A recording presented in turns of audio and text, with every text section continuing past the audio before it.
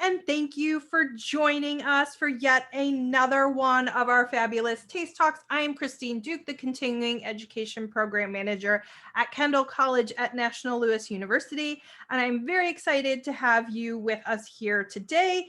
Again, we have Sruthi Swaminathan with us with another fabulous dish she is going to be demonstrating. Now, she is going to be making a stuffed sweet peppers, and I know in the recipe that I took a look at, it recommends it is an appetizer, but I'm sure we can it could be adapted for some other things or be used to make a bigger dinner.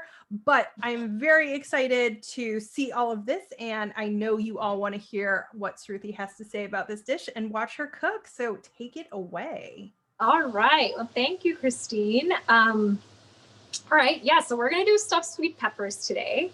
This is something that is a pretty popular appetizer that I found anytime I make it. Well, I've learned from making it multiple times that you should always make way more than you think you need because they go quick. They're quick to eat. People love them, especially if the peppers are on the smaller side. People can eat multiple, like obviously multiple, but like I've been known to eat like 6 or 7, just like. It's one of those things you just want to like pop in your mouth and go. Yeah, exactly. And you just want to do that. And so I would just make more than you need. So the recipe that I sent over, I think it says it's like for 10. It might even serve more than that. Today, I'm actually going to not make as many because I don't have 10 people coming over. But let me go ahead and get started. So this one's actually quite simple. So what I'm using is a bag of sweet peppers just like this. This is one I haven't opened that I'm not going to be using today. But you can see there's like yellow, orange, red peppers in here. They are sweeter. I was telling Christine beforehand, I've gotten really into like learning about different kinds of peppers, and I always generally knew about them, and that maybe the smaller and the skinnier, the spicier they are. Maybe that's the case sometimes, but these are definitely sweeter. They're pretty mild, and they don't even have that many seeds in them. So all I've done here is I took a bag of peppers just like that, and I have cut off the stem. Oops, let me show you a piece. I've cut off the stem, and then I've just cut it in half after rinsing them, obviously. So that's all I've done here. There's nothing else special about this. They're just rinsed, trimmed, and cut in half. What we're gonna do to this is we're gonna add a little bit, actually, let me show you first what kind of things we are gonna be adding to it. So you can see my dog Yara in the background. Here's everything we're gonna be using. We're gonna be using some onion. This is a mixture of the white and light green parts of a scallion, actually 2 scallions, I think, but you'll have the amounts in the recipe, along with a couple green chilies for heat. And I also have at the very top here some grated garlic that I'm going to add in all together. So I just have it in one bowl. I'm also going to be adding some seasonings. So the red powder you see there is smoked paprika. You can use regular paprika if you want. It just won't be smoky. I also have some taco seasoning. I found that this goes really well in these peppers. And I also have some dried red pepper flakes. Now you'll see I have multiple sources of heat here. I have the green chilies that were in here. They're diced up pretty small, so you are going to feel the heat from them. I also have these red peppers. And then you'll see the other source of heat in a little bit. So this is going to take place in kind of 2 portions. So one portion is the actual veggies that we're going to use. So I just showed you like the onion and scallions and garlic and all of that. The spices are going to go in with that. But then there's going to be a separate portion that's cheese that you don't cook beforehand. So for the cheese, we're going to use 3 different kinds of cheese. And this is, again, adaptable to whatever you have on hand, what you feel like using. I personally went to Costco yesterday and went a little bit nuts.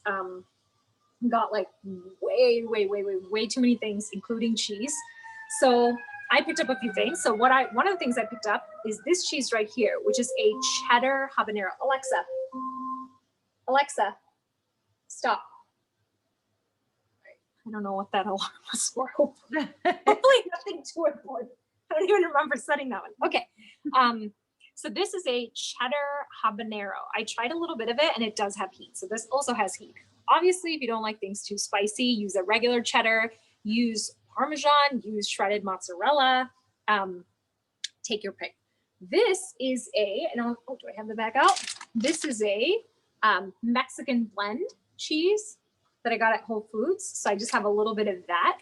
And so that's going to contrast nicely with this because this is actually, the Mexican blend cheese is actually quite mild and a little bit creamier almost than the other one. And then lastly, we are going to add some ricotta. And I'm just going to scoop this right into the bowl when I make the cheese mixture. So the first thing we're going to do is, let me go back. Christine, can you see me? Yes, I can. Okay. Oh, I see a question. Where did you buy the first spicy cheese? I got it at Costco. It was like oh, it's actually right here. What do you know? Cabot Habanero cheddar. Is that how you say that? So it's just this giant block of that cheese. Cabot brand. So you might be able to find smaller ones within a Mariano's or whatever your local grocery store is. So Cabot brand cheese. Yes. But it's delicious. It's actually a little spicier than I thought, which I love spicy foods. So I'm looking forward to it.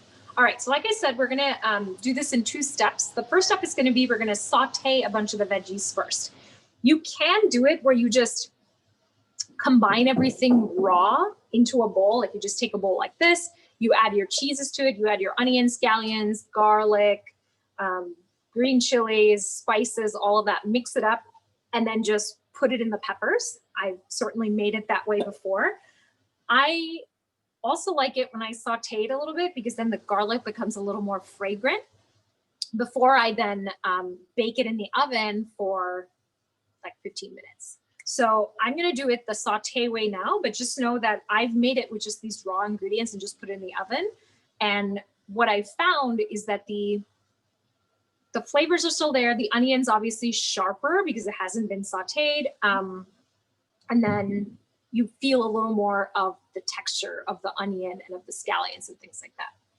All right, so let's get started. I'm going to move you over to where the frying pan is, and then we're going to start cooking. All right. So the first thing, So the first thing, let's move this. Is that clear? Yeah. Okay.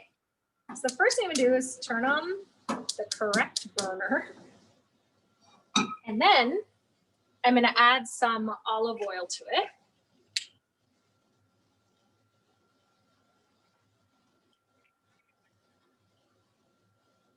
And that's what we're going to cook the veggies in as well.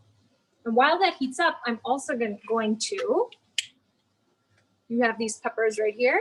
I'm also going to just add a little bit of olive oil to this and then just kind of stir the peppers around. And the reason for this is when you actually put them in the oven, you want a little bit of that oil so that the peppers aren't burning right away when you put them in. So let me just mix this up. Nothing crazy, just mixing it up. And I'm also not adding salt at this point because I want these peppers to be able to crisp up a little bit on the outside when they go in the oven. And if I add salt to them now, the water's going to come out of them and it's going to be soggy mush, which I do not want. So I'm just going to set this aside for now. Okay. And this is a nonstick pan. You can, like I said last time, use a stick pan if you want, I guess. I'm trying to figure out. I was like, it's a pan. Yeah, it's just a regular pan. Regular pan.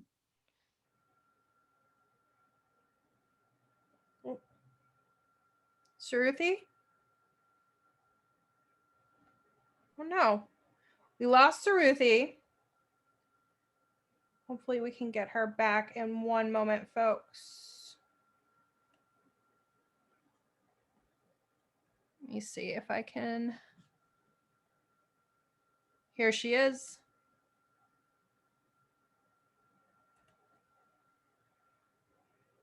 My phone started calling 911.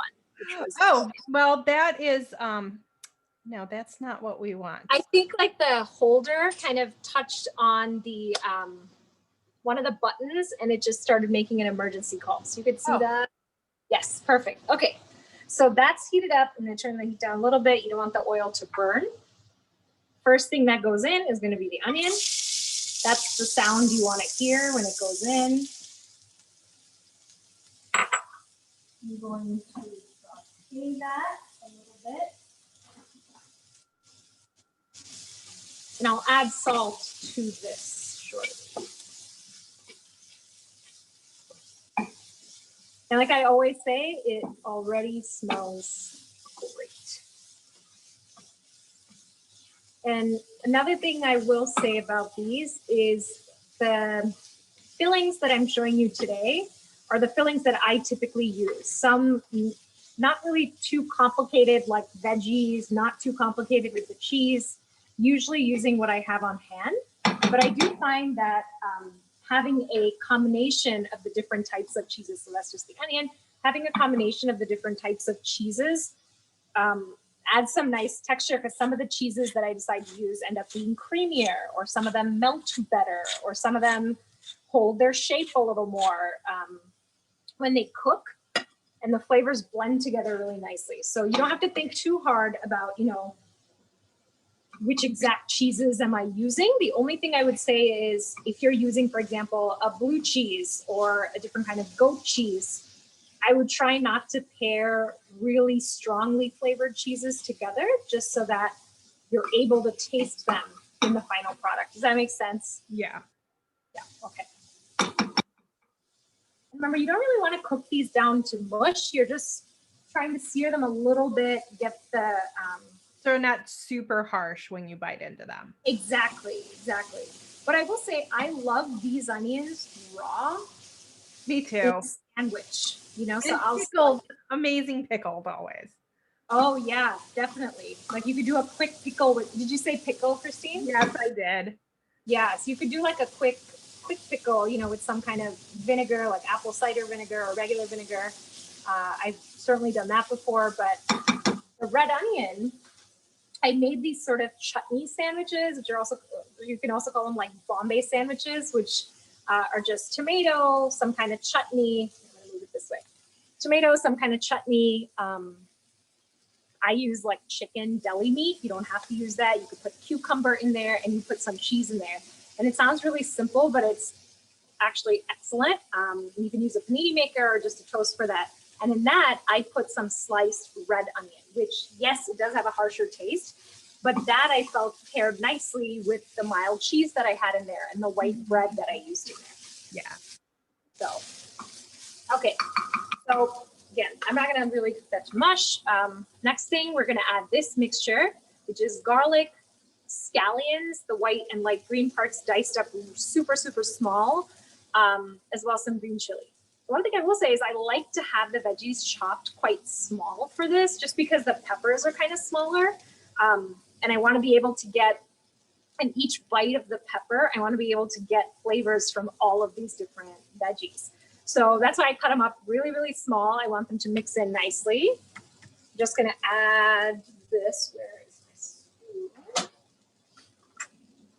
We're going to add this in. When you add the garlic in, you always want to just watch the pan really closely, because it can burn kind of quickly.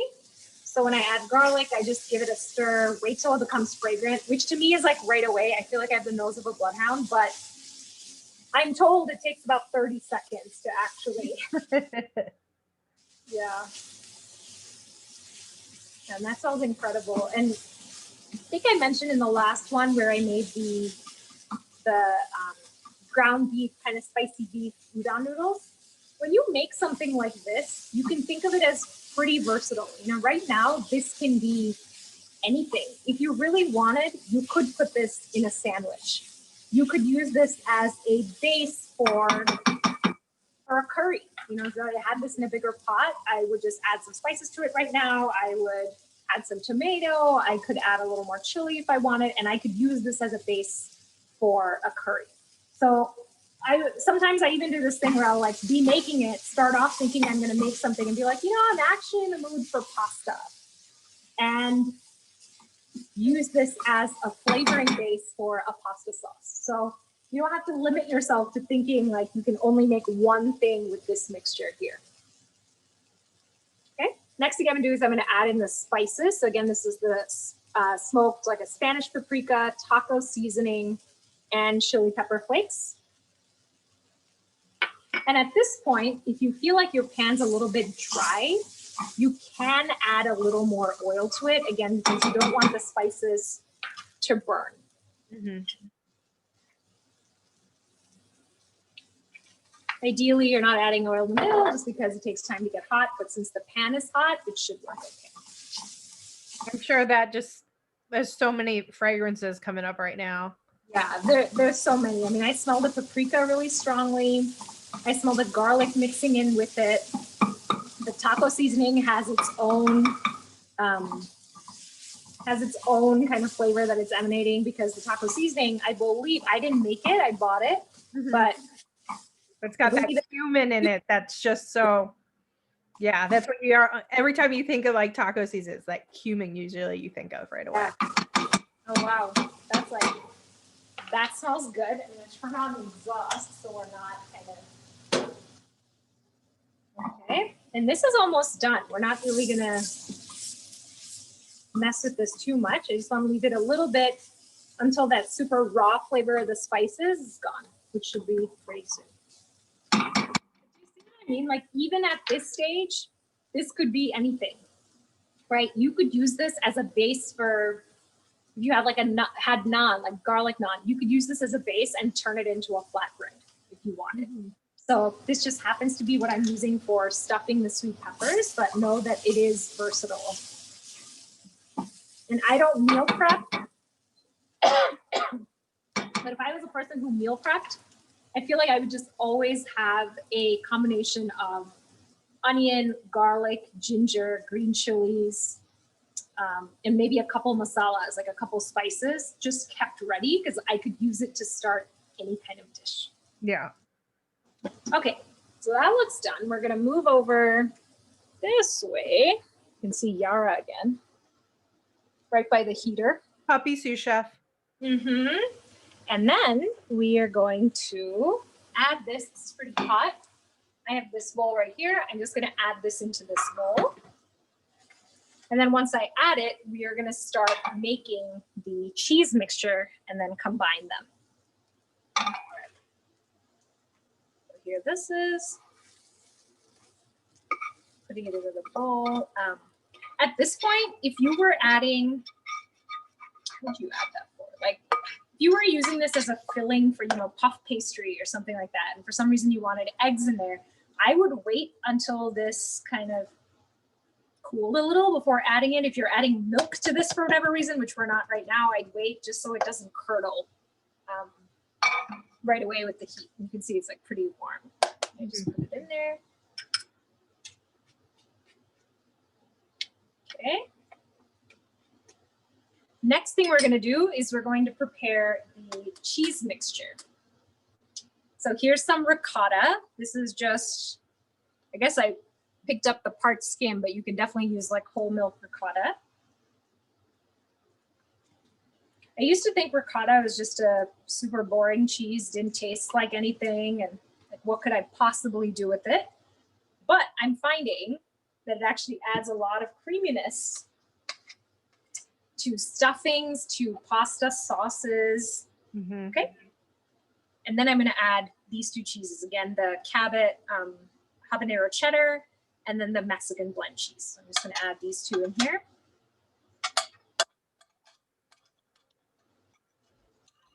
Again, know that you can adjust these cheeses per your taste. I mentioned this in the recipe that Christine might have sent out, but there are also so many ways to adapt this, in that, you can, I just lost my train of thought. It's okay. And no, Renee, I agree with you. I do love the texture of a ricotta in a baked dish too. In a baked dish. Okay. There's just something about, lasagna, manicotti. Oh yeah, it's great in manicotti. Yep. Okay, so all I'm doing, this is like super satisfying. You guys see that? Just mixing it in and seeing it develop that color as you mix it.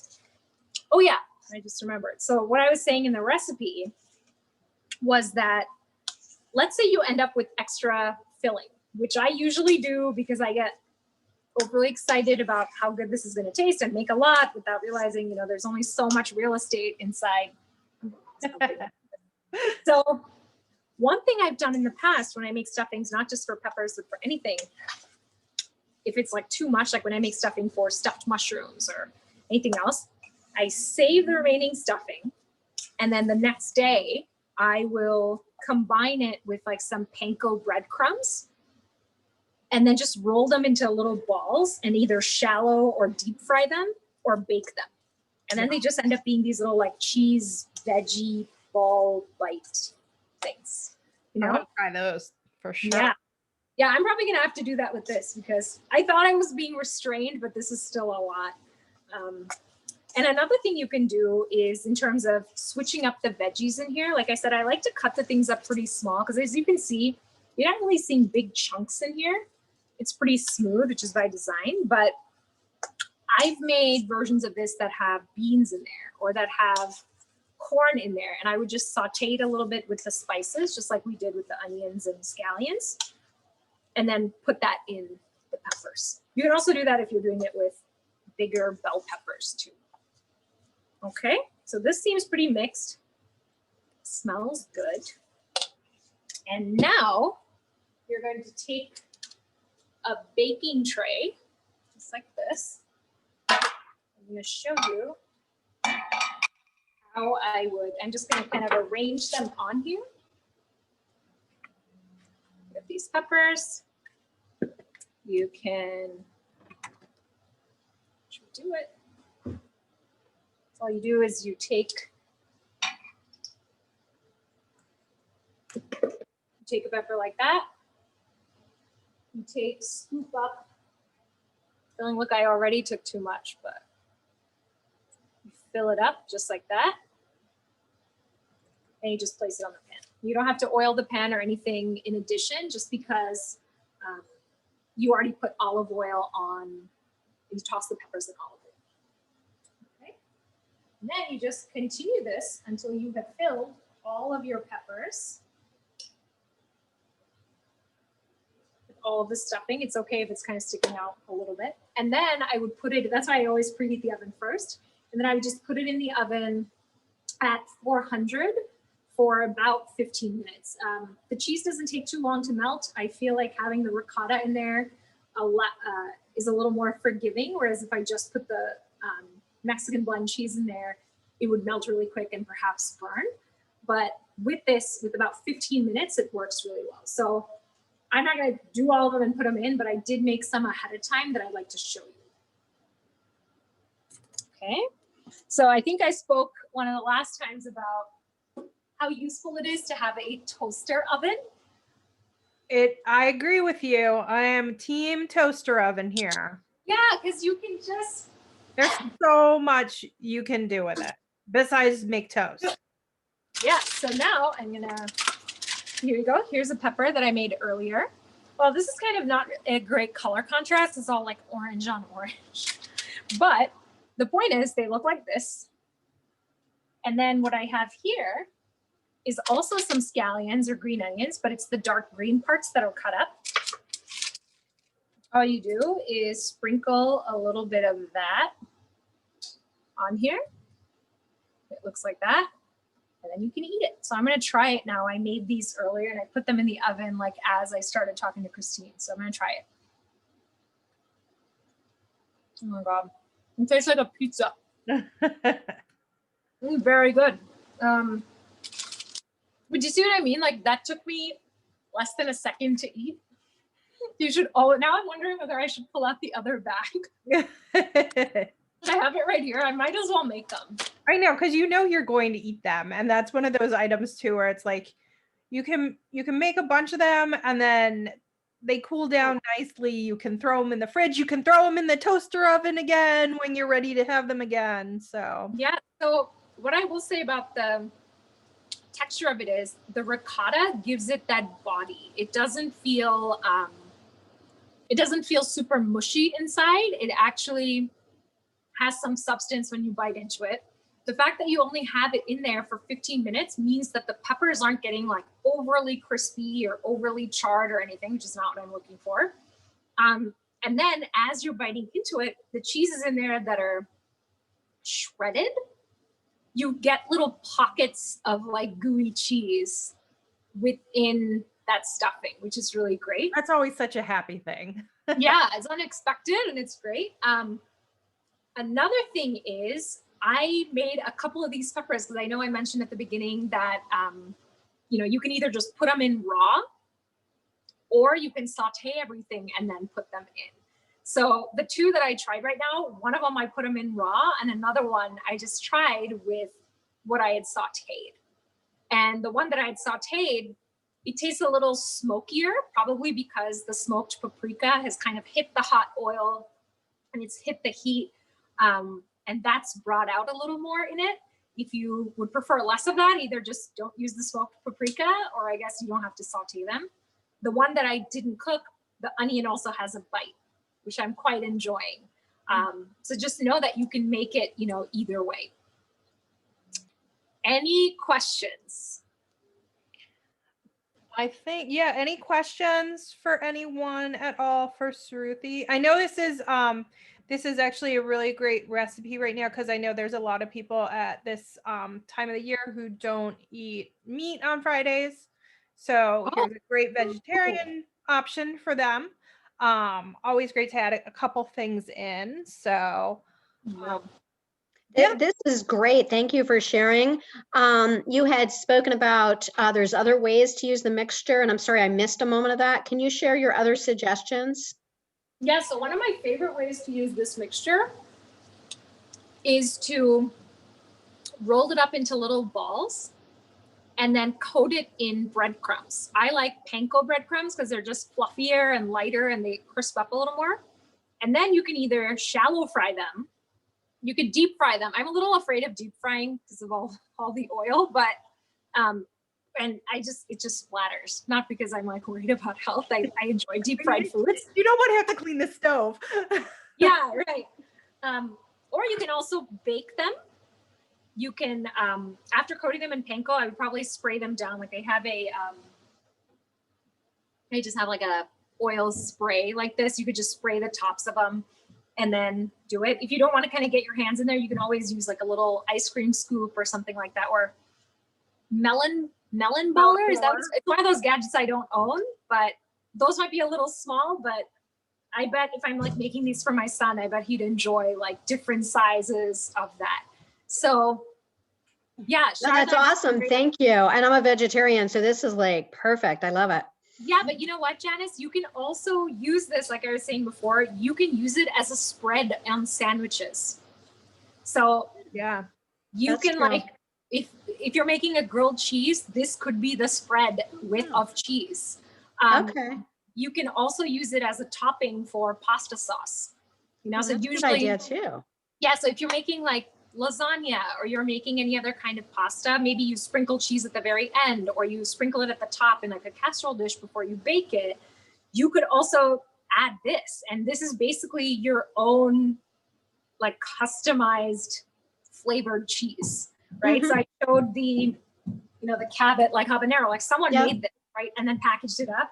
You have this, it's kind of like making compound butter or something. It's just, you've cooked these onions, you have scallions, you can have chilies, you can change it up. You can put black beans and corn.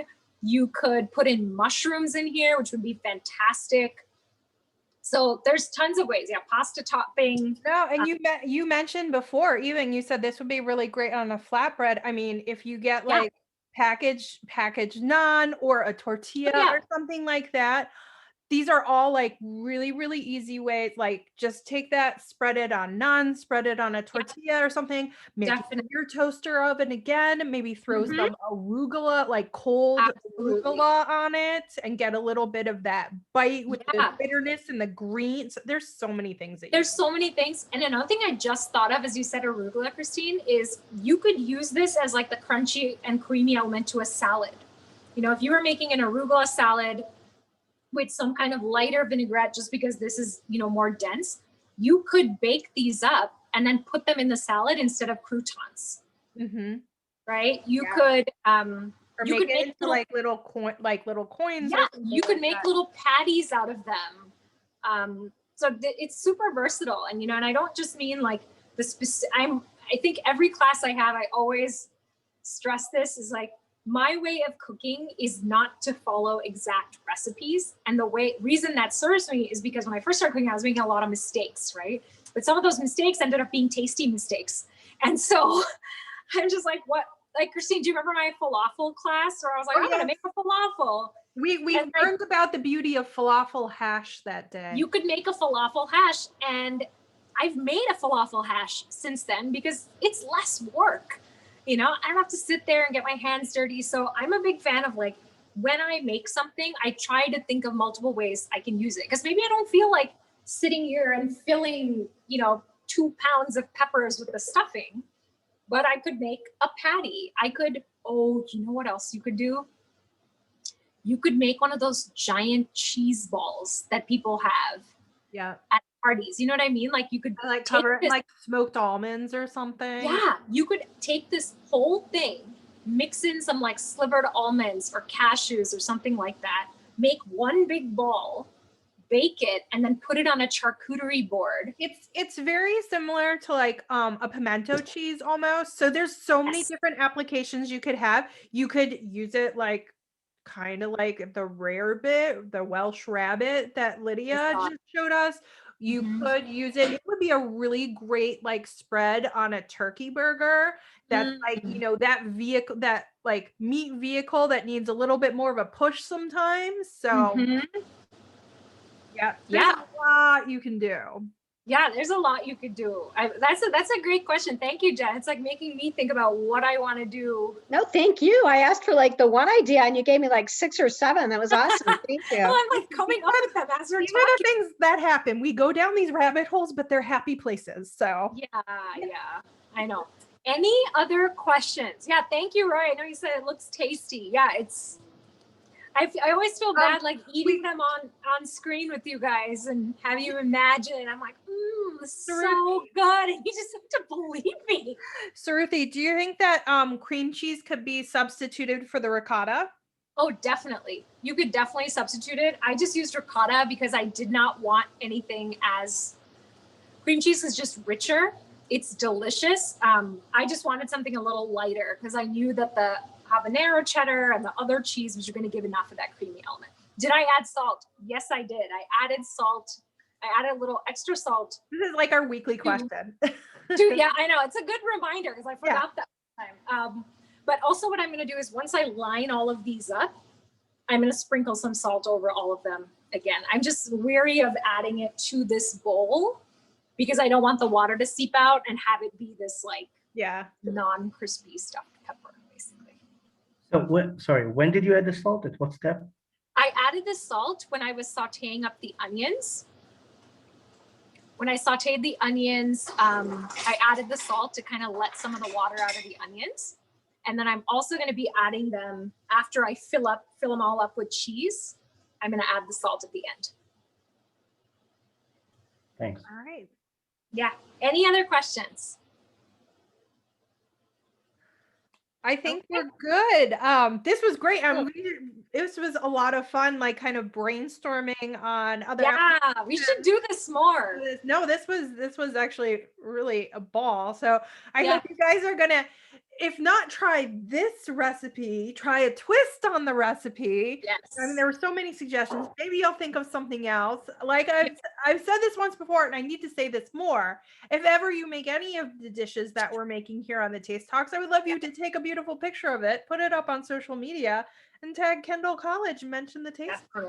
Absolutely would love to see the things that you guys are making and creating. And I know some of you were not at Wine Wednesday on Wednesday, but would like to make you aware. Put it on your calendars now because we are planning, and I can't believe I'm saying this, we are planning for the 1-year anniversary of the Taste Talks. We are going to have a big Taste Talk party almost on Tuesday, March 30th. That will Mhm. be the official 1-year mark of the Taste Talks, and we are going to do it in style. We're going to have a lot of fun. Yeah. So I've got things cooking. I'm plotting and planning with some of our contributors. So it's going to be a great time for everyone. Please let people know, bring friends. Everyone's always welcome at the Taste Talks, but that one's going to be, it's going to be like the mega Taste Talk. So hope we'll be able to see you all there. And Yeah. then, oh, I forgot to double check what next week's schedule is, but we'll have more Taste Talks coming up next week. I think we have, Yeah. Thanks everyone for coming. yeah, we're doing Argentina on Wednesday for Wine Wednesday. Do we have a talk next week, Sruthi, or not? I can't remember. I think Remember. after. So Yeah. there's talks coming all the time, folks. Mhm. So thank you so much for Thank joining. you guys. Thanks everyone for coming. Yep, and we hope to see you all next week. The email Yeah. on this current schedule will go out on Monday for everyone. Thank you so much. Have a Thanks guys. fantastic weekend. Bye. Bye.